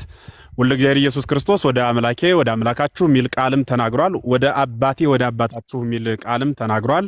አምላኬ አምላካችሁ፣ አባቴ አባታችሁ፣ አምላኬና ጌታዬ ብሎ መናገሩ ምን ማለቱ ነው? የመጀመሪያው አርአያ ለመሆን አብነት ለመሆን ነው። በምድር ላይ ያደረጋቸው ሁሉ በጠቅላላ ለሰው ልጆች አርአያ አብነት ለመሆን ነው። ሌላው ግን ፍጹም ሰው ስለሆነ ነው። ምነው መልሱ? ፍጹም ሰው ስለሆነ ነው ማለት ምን ማለት ነው? የተፈጠረን ስጋ ነው የተዋሃደ። ስጋ በቅድምና አልነበረም። ባሕርየ መለኮት ነው የነበረ። ያ ባሕርየ መለኮት የማይጨበጥ ነው፣ የማይዳሰስ ነው፣ የማይሞት ነው፣ የማይታመም ነው፣ የማይደክም ነው፣ የማይገታ ነው፣ የማይወሰን ነው፣ ረቂቅ ነው። ያ እንዲያ ይኖር የነበረ ባሕርየ መለኮት በኋላ ክብሩ በባሕርዩ ተወስኖ እንደቀረ አውቆ አዳምን ፈጠረ። አዳም ሲስት አዳምን ለማዳን ቤዛ ለመሆን እንዳልኋችሁ ሁሉ ከአዳም ስጋ ነሳ። ከአዳም ማለት ከድንግል ማለት ነው። ስጋ ነሳ። ያ የነሳው ስጋ የተፈጠረ ስጋ ነው። ፈጣሪ ስጋ አይደለም። ፈጣሪ ስጋ ሳይሆን የተፈጠረ ስጋን ፈጣሪ መለኮት ተዋሃደው ማለት ነው። ስለዚህ ተዋህዶ በተዋህዶ ስጋ ሲመላለስ ራሱ የፈጠረው ስጋ ስለሆነ ፍጹም ሰው በመሆኑ አብን አምላኬ ብሎ ይናገረዋል። ለምን ቢሉ በስጋው የአብ ባሕርይ የመለኮት የፈጠረው ስጋ ነው የተዋህደው። ግልጽ ነው እንዳይከብዳችሁ። የአብ ባሕርይ የመለኮት የፈጠረውን ስጋ አካላዊ ቃል በተለየ አካል ወልድ ተዋህዶ ፍጹም ሰው ስለሆነ በዚህ ምክንያት አምላኬ አምላካችሁ ብሎ ይናገራል። አባቴ አባታችሁ እያለ የሚናገር ግን እግዚአብሔር የኛ አባታችን ነው ስንለው አባታችን ነው ብለን ለኛ ስንናገረው የወለደን ሳይሆን የፈጠረን አባታችን ስለሆነ ነው። እንደገና ደግሞ ወደ አባቴ ወደ አባታችሁ ብሎ የለየ ነው። እንዴ እኛንስ በባሕርይ አይደለም እንዴ እና የወለደን እሱስ ነው።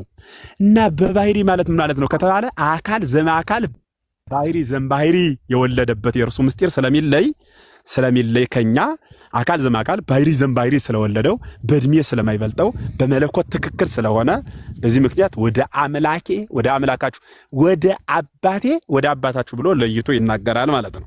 ስለዚህ ባጭሩ ምን እያልኳችሁ ነው? ባሕርይ መለኮት የሚባለው ባሕርይ ስጋን ገንዘብ ስላደረገ አምላኬ አምላካችሁ ሚል ለፍጡር የተነገረ ቃል ታገኛላችሁ። መጽሐፍ ቅዱስን ሁሌም እንደምለው አንዱን ብቻ ይዛችሁ ስለ ሰውነቱ የተናገረ ንባብ ብቻ ይዞ ለሮጠ እንዴ ፍጡር ነው እንዴ እንዲል ያደርገዋል። ስለ አምላክነቱ ብቻ ይዞ የሄደውን ካገኘ ደግሞ አምላክ ብቻ ነው እንዴ ሚል ደረጃ ያደርሳል። እንዲህ እንዳያደርጋችሁ ሁለቱን አጋጥሙትና ሰው የሆነ አምላክ ብላችሁ አንቡት። ስለ አምላክነት የያዛችሁትን ንባብ ትይዙና አምላክ ትላላችሁ። ስለ ሰውነት ያለውን ንባብ ትይዙና ሰው ትላላችሁ። ከዚያ ምን ትላላችሁ? አምላክ የሆነ ማን ነው? ሰው የሆነ አምላክ ብላችሁ ትናገራላችሁ። ሰው የሆነ አምላክ፣ ሰውነትም መለኮትም ገንዘቡ የሆነ ማለት ነው። ቀጥሉ። መልካም ቃለ ሕይወት ያሰማልን፣ አስበ መምህራንን ያድልልን። እሺ ከራዲዮን ሀሳብ ወይም ደግሞ ጥያቄ ካለ እንቀበል። ለምታዳምጡ ግን ኦርቶዶክስ ናችሁ ወይ ብለን የምንጠይቀው በየትኛውም ቦታ ሌሎች መጠየቅ አይችሉም ለማለት አይደለም። ማንኛውም ሰው መጠየቅ ይችላል። ግን ለኦርቶዶክስ የሚመለስለት የምላሽ የማመላለስ የሚመለስለት አይነት ስለሚለያይ ነው። የሚመልሱ አይነት ማለት ነው። ኦርቶዶክስ የሚጠይቅ አምኖበት ነው ቃላቱን። ሌላው የሚጠይቅ ደግሞ በመጠራጠር ሁኔታ ነው። ከዛ አንጻር ነው። ሚት ያላደረጋችሁ ሚት አድርጉ። በዛ አንጻር ነው የሚጠይቁ መምህራን ለማለት ነው። ወደ ቀጣይ እንሄዳለን። ከራዲዮን አሉ ጥያቄ አለዎት? አለው። ደህና ናችሁ? ሁሉ ሰላም? አይ እንኳን ጥያቄ የለኝም። እየተማርኩ ነው። እሺ ስመከ አሉ? ምናልባት ማላቃችሁ መምህራን ይቅርታ አድርጉልኝ። ማላቃችሁ ጥያቄ ያላችሁ ብዬ ሳነሳ እንደው ፕሮግራም መሪ ለማገዝ ያክል ነው እንጂ ለማላቃችሁ መምህራን ጥያቄ ያላችሁ ብዬ ስጠይቅ ጥፋት እንዳይሆንብኝ ለማለት ነው። ስምከ አሉ? ስምከ ያው መልካም። እሺ ወቅዱስ ሚካኤል አሉ?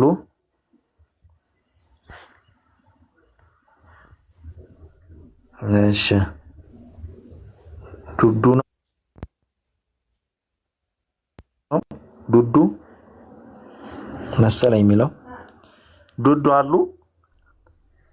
ቤት ሰላም፣ እንዴት አመሻችሁ? ቃለ ሕይወት ያሰማልን። መምህርንም ሁላችሁንም በክርስቶስ ፍጹም ሰላም ብያለሁ። እኔ ሰላም፣ እንዴት አመሻችሁ? ቃለ ሕይወት ያሰማልን ሁላችሁንም በክርስቶስ ፍጹም ሰላም ብያለሁ።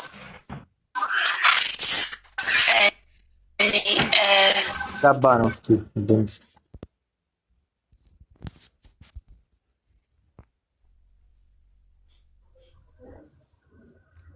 ይሰማል? ድምጽ አለ አይደለም? ከላይ ያሉት። እሺ ዓለም ሚውት ያድርጉ። ዓለም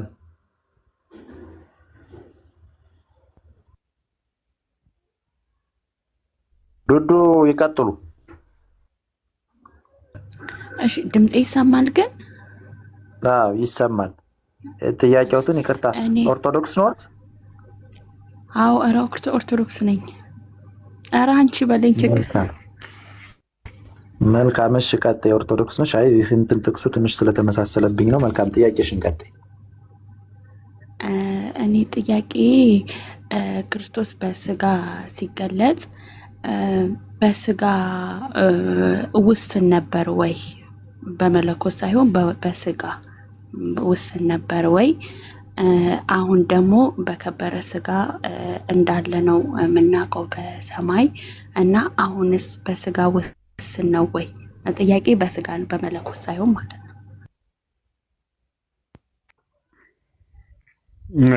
ጥሩ ነው። ክርስቶስ በስጋ ውስን ነበር ወይ? አዎ። እመቤታችን ታቀፈችው፣ በላ፣ ጠጣ፣ ዮሐንስ አጠመቀው ምንል እኮ ተወስኖ ነው። የማይወሰን መለኮት በሚወሰን ስጋ ስለተገለጸ ማለት ነው። በስጋው ውስን ካልሆነማ ምኑን እመቤታችን አዘለችው? ከእርሷ ጋር በላ፣ ጠጣ፣ ከኛ ጋር ከሐዋርያት ጋር አብሮ ተቀመጠ ተብሎስ እንዴት ይነገራል? ተሰቀለስ ያልነው እኮ መስቀል ችሎት እኮ ነው ተወስኖ። ለዚያ ነው ስለ ሰው ሆነ ማለት እኮ ተወሰነ ማለት ነው። በ30 ዓመቱ 30 ዓመት መለው ማለት ነው። 1 ዓመት 2 ዓመት እየተባለ እየተቆጠረለት በበህቅ ልህቀ በየጥቂቱ አደገ እና አሁንስ እንዴት ነው አኗኗሩ ካልሽኝ እንደዚያው እንዴና ምላቱ እንዴት ነው ከተባለ ምላቱን አልለቀቀም። ምሉ እንደሆነ ደግሞ ተወሰነ። የማይወሰነው መለኮት የሚወሰን ስጋን ተዋህዶ እንደዚያ አለ ማለት ነው። በቀራንዮ አደባባይ የተሰቀለው የሚወሰን ስጋ ስላለው ነው። አሁን እንዴት ነው ያለው? በየማነ አብ ምን ሆኖ 3 ክንድ ከስንዝር ያን ስጋ እንደያዘ ይህ እንዴ ያ መለኮት በዚያ 3 ክንድ ከስንዝር ስጋ ውስጥ ተወስኖ ነው አይደለም። እና እንዴት ነው ይህ ስጋ በዚያ በሰፎ መለኮት ውስጥ ሆኖ ነው? 3 ክንድ ከስንዝር እንደሆነ የመለኮት ገንዘቡ ስለሆነ በዓለም ምሉ ነው። በዓለም እንደመላ የስጋ ገንዘቡ ስለሆነ በ3 ክንድ ከስንዝር የተገለጸ ነው። መለኮት እንደመሆኑ መጠን ባህሪ የስጋ በዓለም የመላ ነው። በመለኮት ገንዘብ ማለት ነው። ሰው እንደመሆኑ መጠን ባህሪ የመለኮት በውሱን በሚወሰን ስጋ የተገለጸ ነው። ልክ እንዲሁ ያለ ነው። ነገሳ እንዴት ነው የሚመጣ ካልሽኝ እንዲሁ ነው የሚመጣው። 3 ክንድ ከስንዝር ስጋን ዓለምን ካዳነ በኋላ እንደ እባብ ሸንኮፍ ቀራንዮ ላይ አውልቆት አልሄደም። ያ ስጋ አለ። ከተዋህዶ በኋላ ምንታዊ የለም። የነፍልጥ ወላዱ ክርስቶስ ሀበክሌቱ ላያት ነው። አንድ ከሆነ በኋላ አንዱን ክርስቶስ ከሁለት አንከፍለውም። ስለዚህ ለፍርድ ቢመጣ እንደዚያ ነው። አዎ ነው። 3 ክንድ ከስንዝር ያ ስጋ ነው የሚመጣው። የወጉት ያይታል የተባለ ለዚያ ነው ማለት ነው። በትክክል እሱ ነው። እግዚአብሔር ይስጥልን። ቃል ያሰማልኝ። አንድ ጥያቄ መጨመር እችላለሁ መምህር ወይስ?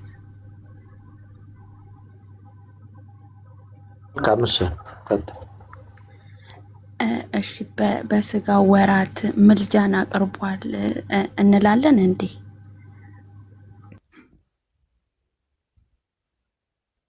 ምልጃ የሚባል በቤተ ክርስቲያን ትምህርት የለም። ክርስቶስ በስጋው እንዲህ አስታርቋል ነው የሚባለው። አማርኛ መርጠን ነው የምንጠቀመው።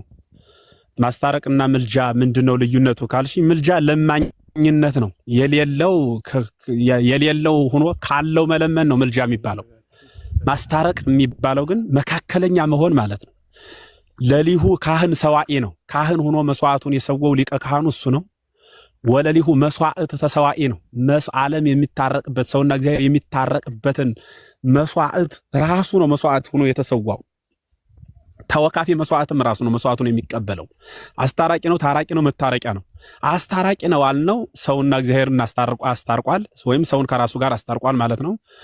አስታራቂ ነው ስንለው፣ ታራቂ ነው ስንለው ደግሞ ባህሪ የመለኮቱ እርሱ ስለሆነ እርሱ ከሰው ጋር ታርቋል ማለት ነው። መታረቂያ ነው ማለት ደግሞ ሰውና እግዚአብሔር የታረቀበት መስዋዕት ራሱ ነው ማለት ነው። ያን እንናገራለን እንጂ አማልዷል ተብሎ ግንጥል አማርኛ አይነገርለትም። እና እንዲያ ስለኛ የሚማልደው ማለት ምን ማለት ነው? ወይቷ ቀስ በእንቲያነ ነው። መለኮትን ማን ነው? አብንም ወይቷ ቀስ በእንቲያነ ይለዋል። ዝቅ ብለሽ 26 ላይ ሮም 8:34 እያሉ ነው እንጂ እነሱ ሮም 8:26 ላይም መንፈስ ቅዱስ ይማልዳል ይላል። አብንስ ወልድንስ ስጋ ስለለበሰ በስጋው ለማለት ብለው ነው። ስጋ ያለበሰው መንፈስ ቅዱስሳ በማይነገር መቃተት ስለናንተ ዘወትር ይማልዳል ይላል። አብን በቆሮንቶስ መልእክቱ ይማልዳል ይለዋል። ምን ማለቱ ነው? ማኑን ነው ወደ ማን የሚማልድ? እኔ ግርም የሚሉኝ አምላክ ስንት ነው ስትሏቸው አንድ ነው ይሏቸዋል። እሱ ማን ነው ስትሏቸው ኢየሱስ ክርስቶስ ይላሉ። ይሉና አማልዷል ይላሉ። ወደ ማን ነው የሚያማልደው? አስታርቋል ቢሉ የተሻለ ነው። ወደ ማን ነው የሚያስታርቀው? ወደ አብ፣ ወደ ራሱ፣ ወደ መንፈስ ቅዱስ። አንድ ሁለተኛ እነሱ ምን ይላሉ? የእነሱና እኛ ልዩነት አስታርቋል፣ እነሱ የሚቀበሉታል፣ እኛ ምን እንቀበለዋለን። ማን ከማን ጋር ስንላቸው ግን እንዲህ ይሉናል። ያስታረቀ አብ ከወልድ ማን ነው? ወልድ ከአብ ጋር አስታረቀ ይሉና ራሱ ግን ታረቀ አይሉም። እንዲሁ አድርገው የሚገርሙኝ እኮ አስታረቀ እንጂ ታረቀ አይሉም። ሁሌ ያስታረቀን ብቻ የሚጠቀሟት። እንዲሁ አንድ ጥያቄ የሚጠይቃቸው ሰው አጣው ነው እንጂ እንዲህ ብላችሁ ጠይቋቸው ስታገኟቸው። አስታረቀ? አዎ አስታራቂ እንጂ ታራቂ አይደለም በሏቸው። አይደለም ካሏችሁ አምላክ ስንት ነው በሏቸው። አንድ። ስለዚህ ሰውና ስንቱ አምላክ ነው የታረቀ? አንዱ አምላክ። ያ አንዱ አምላክ ማን ነው? ያ መለኮት ውስጥ አብ ብቻ ነው ያለው? ወልድ የለበትም? ወልድም ያለበት መንፈስ ቅዱስም ያለበት አብም ያለበት አንድ መለኮት ከሆነ ሰውና አንዱ መለኮት ከታረቀ ወልድ አልታረቀም ይባላልን? እንዲያው እኮ ሆኖ የሚሸወዱት እና ይግለጽላቸው። እግዚአብሔር ይስጥልን። ክብር ያድልልኝ። እግዚአብሔር ይስጥልኝ። አባቶቼ በጣም ነው የማመሰግነው። መልካም ምሽት ይሁንላችሁ። እናመሰግናለን። የማርያም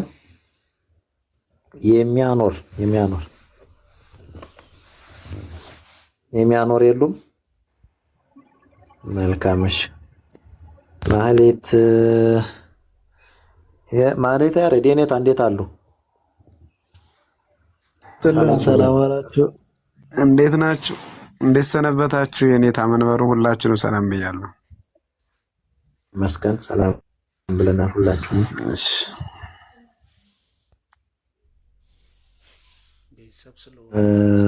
ዘማሪ ሰላም ጤና ይስጥልን። ምናልባት ጊዜ ከሌለዎት ግን እንዳይደክሞት እረፍት እንዲያደርጉ በሰዓት ሌላ ፕሮግራምም ስለሚገኙ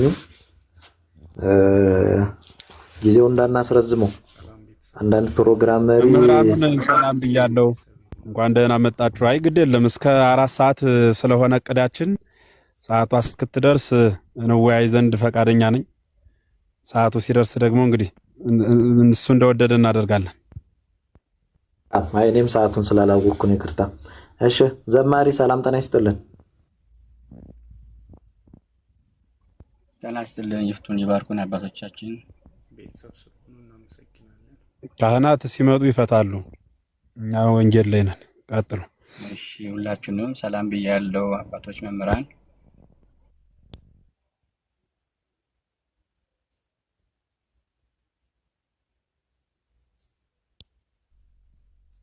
ሀና ሰላም ብያለሁ።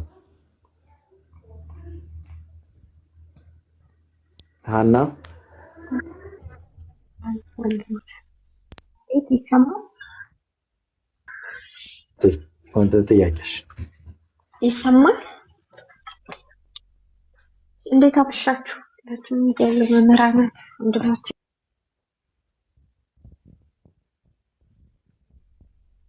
ጥያቄ የለሽም? መልካም እሺ ጻዲ ተመለሽ። ጻዲ ጥያቄ አለኝ ብለሻል። ይቻላል ከርዕሱ ውጭ አሰጋዊ ምስል ተስተካክሎ ያሉት ከርዕሱ ውጭ ከሆነ ባለቤቱ አስፈቅጅ ወይ ደግሞ ርዕሱ ሲቀየር ተንበይ። እሺ አይ እኔ ጥያቄ ስለ ቅባት ቅዱስ ነው። አይ ጊዜ የሌለው ጥያቄ ከሆነ መጠየቅ ትችያለሽ። ሰዓት ላለመሻማት ነው። ከርዕሱ ውጭ ጊዜ እንዳይገል የጊዜውን የርዕሱን ላለማራ እንዳይቀር ለማለት ነው እንጂ ጥያቄ አይቻልም ለማለት አይደለም።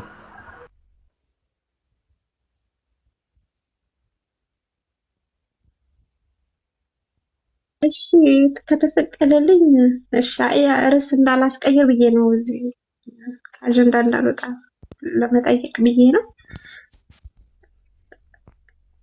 እና ቅባ ቅዱስ ብዛት በየሱቁም እየተሸጠ ነውና ብዙ ጊዜ የተቸገርንበት ሴት ልጅ ትቀባለች አትቀባም የሚለው ነውና በደንብ ያላግባባል። በዚህ ትንሽ ቢያስተምሩ መልስ ቢሰጥ። ትቀባለች አትቀባማ ለሴት ለወንድ ተብሎ አይከፈልም። ትቀባለች አትቀባም ከሆነ ነው ጥያቄው። ትቀባለች አትቀባም የሚለው እንኳን ጥያቄው በራሱ ለማንኛውም ቅባ ቅዱስ ራሱ ለማለት የፈለኩት ማንኛውም ሰው ያው መንካት ይችላል ማለት ወስዶ ከሱቅ ላይ ማንኛውም ሰው እሺ በክርስቲያን ከካህን ውጭ ያለ እንደኛ አይነቱ መመናን ወስደን መቀባት እንችላለን? አይቻልም። ካለ ካህናት የተሰጠ ነው ቅባ ቅዱስ አይቻልም። ጊዜ ላለመጨረስ ነው። አይቻልም። እሺ ሌላ ጥያቄ። ካህናት ቤተ ክርስቲያን ላይ ብቻ ነው የትኛውም ሱቅ መሸጥ አይቻልም። እሱም በሌላ ርዕስ የሌላ ጊዜ በየቦታው የሚነገር ስለሆነ አዲስ አይደለም በመሰረቱ ጥያቄው። ሌላ ጥያቄ አለ? ጸዲ ተመልሰሻል። ከዛ ውጭ እንደማጠቃለያ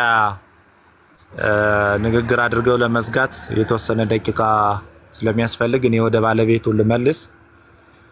ሁላችሁንም ክርስቲያኖች በያላችሁበት ሰላም እግዚአብሔር አይለያችሁ። አጥብቀን ከራሳችን ጋር እንታረቅ። ሁላችንም ማለት ነው። ከራሳችን ጋር እንታረቅ ስል ምን ማለት ነው? ሁሌም የማይለየን ንስሐ ቃለ እግዚአብሔርን እንዲሁ ዝም ብለን ስንሰበክ ስንማር እንደ መዝናኛ እንየው። አሁን ይሄ ሁሌ እንማራለን። ዴይ ቱ ዴይ እየተማርን ቀን በቀን ሁሌም እየተማርን ልቦናችን የማይቀየርና ወደ ተግባር የማንለውጠው ከሆነ አንደኛ መምህራን ከንቱ ድካም ነው የሚሆነው። የመምህራን ፍሬ ምዕመናን ናቸው። ገበሬ የዘራው ዘር ያረሰው መሬት ያለሰለሰው መሬት ዘር ሲዘራበት ካልተቀበለ ድካሙ ከንቱ ነው የሚሆነው። የመምህራንም ደግሞ የምዕመናን ልቦና ነው። መሬታቸው አለስልሰው አርሰው መሬቱን እንደሚዘሩ ሁሉ የምዕመናንን ልቦና ደግሞ መምህራን በቃለ እግዚአብሔር አርሰውና አለስልሰው ቃለ እግዚአብሔርን ይዘራሉ። ምግባር ትሩፋትን ይወልዳሉ፣ ያሳድጋሉ ማለት ነው፣ ወይም ያበቅላሉ ማለት ነው። ስለዚህ ትልቁ ነገር ሰሚ ብቻ ሳንሆን ለጠቢብ ሰዓት ቃል ትበቀው ነው። ለጠቢብ አንድ ቃል ትበቀዋለች ነው። የኛ ልቦና ደግሞ እለት ከእለት እየተማርነ ልቦናችን የመቀየሩ ላይ በጣም ትልቅ ጥያቄ ይፈጥራል ክርስቲያኖች የእውነት ለመናገር። ስለዚህ መቀየር የሚባለው ነገር በቃ እውነተኛ ሰው ወደ መሆን ማደግ።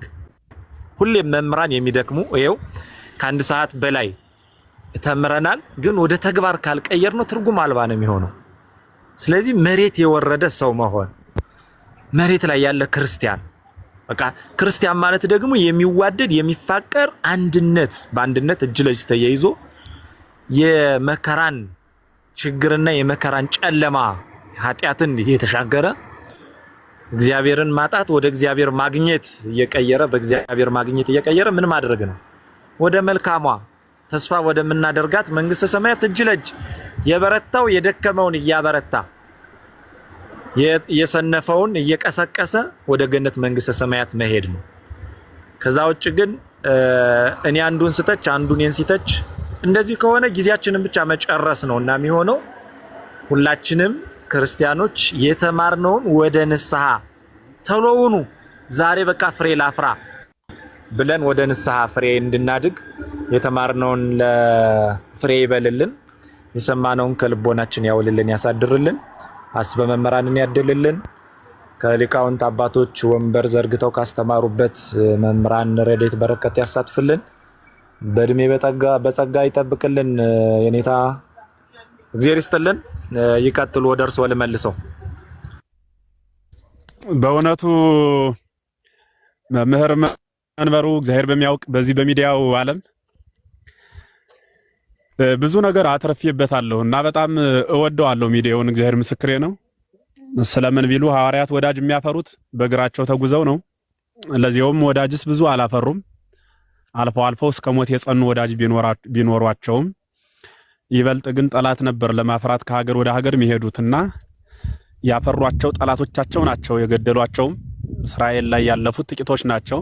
ሌሎች በሌላው ሀገር ነው የክርስቶስን ወንጌል ተሸክመው ሲሄዱና እኛ ደግሞ በዚህ በሚዲያው በእውነቱ ሰው የሚያርድ ሳይሆን በግ የሚያርድ ወዳጅ ያፈራንበት በጣም ጥሩ ወንድሞችን ያወቅንበት በመሆኑ እጅጉን ደስ ይለኛል እና ከዚያ መካከል አንዱና ቀዳሚው ትሁት የትህትና ሰው ይሄ ከንቱ ውዳሴ አይደለም። በእውነቱ እግዚአብሔር ዘመኖትን ይባርክ። ስለ ሁሉም ነገር እግዚአብሔር ይመስገን። ቃለ ሕይወት ያሰማልን። እርሶንም ስላስተባበሩ በተቻለ አቅምና መጠን በጊዜ ተገኝተው ትምህርቱን ሲከታተሉም ስለቆዩ እጅጉን እናመሰግናለን። የቅዱሳን አምላክ ክብረ ሊቃውንትን አስበ መምህራንን ይስጥልን ያድልልን ብያለሁ። ሌሎቹ መምህራን እንዲሁ መጣችሁ ቁጭ ብላችሁ ቃሉን እየሰማችሁ ለሚሰሙት ሰዎች ሸር በማድረግ የድርሻችሁን ስለተወጣችሁ እናመሰግናችኋለን። እጅጉን በሚያሳዝነው ሁኔታ አብዛኛው የቤተ ክህነት ክፍል እንደው ለምእመን እያሰናከለ ባንናገረው ይሻላል እንጂ እንደ እኩይ ፍልስጣ ቁጭ ብሎ ክፋት ብቻ ለመጻፍ ብዙ ምስጢር ስናመሰጥር ቃለ ሕይወት ያሰማልን ለማለት ያልደፈረ አንደበቱ ምናልባት ከሳቱ ብሎ ይሄ የሚጠብቅ ቁጭ ብሎ ማለት ነው። እንደዚህ አይነት አንዳንድ ጅላጅል አይጠፋም። ያለውን ቀረብ ብሎ ማካፈል፣ የሌለውን ደግሞ አሁንም መካፈል፣ ያለውን ማካፈል፣ የሌለውን መካፈል ያ ትልቅ ጸጋ ነው የነበረ።